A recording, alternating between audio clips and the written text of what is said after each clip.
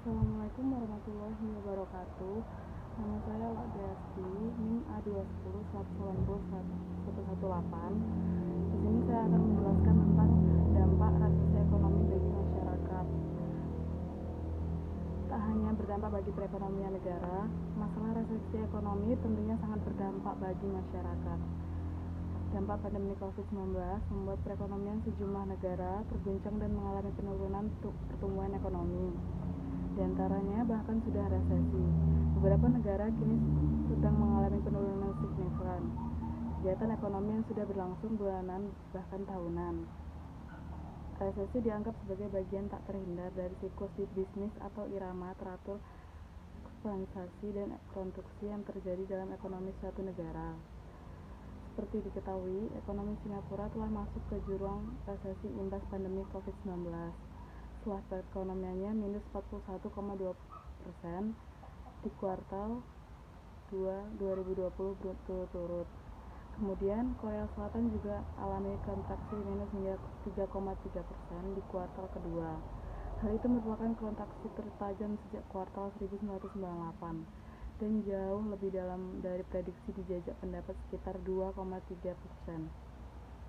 Tak hanya berdampak bagi perekonomian negara, masalah resesi ekonomi tentunya sangat berdampak bagi di masyarakat. Adapun dampak yang akan dirasakan masyarakat jika terkena resesi yaitu yang pertama, banyaknya pemutusan hubungan kerja (PHK). Dampak yang paling terasa jika terjadi resesi ekonomi yaitu banyaknya pemutusan hubungan kerja atau PHK.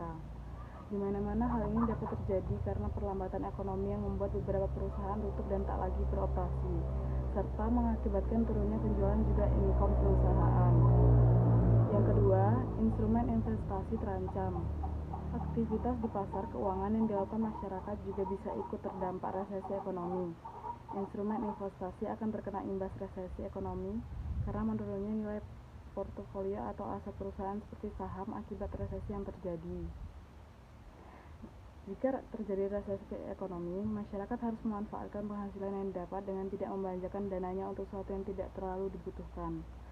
Adapun tips yang bisa dilakukan masyarakat untuk meminimalisir dampak dari resesi ekonomi yaitu dengan mengamankan aset keuangan ke instrumen yang memiliki risiko yang lebih rendah, seperti mengalihkan investasi dari sektor keuangan ke emas batangan. Yang ketiga, daya beli masyarakat menurun. Dampak lainnya juga mungkin akan dirasakan oleh para pelaku industri, khususnya UMKM. Sebab jika terjadi resesi, daya beli masyarakat akan menurun dan masyarakat lebih memilih untuk menahan keuangan mereka. Meski deflasi menguntungkan bagi masyarakat, namun itu dapat merusak perekonomian dan dapat menimbulkan banyak jumlah pengangguran. Saat ini sudah banyak para pelaku UMKM yang merasakan dampaknya, yakni turunnya daya beli masyarakat terhadap produk mereka yang diakibatkan pandemi COVID-19. Sekian videonya. Assalamualaikum warahmatullahi wabarakatuh.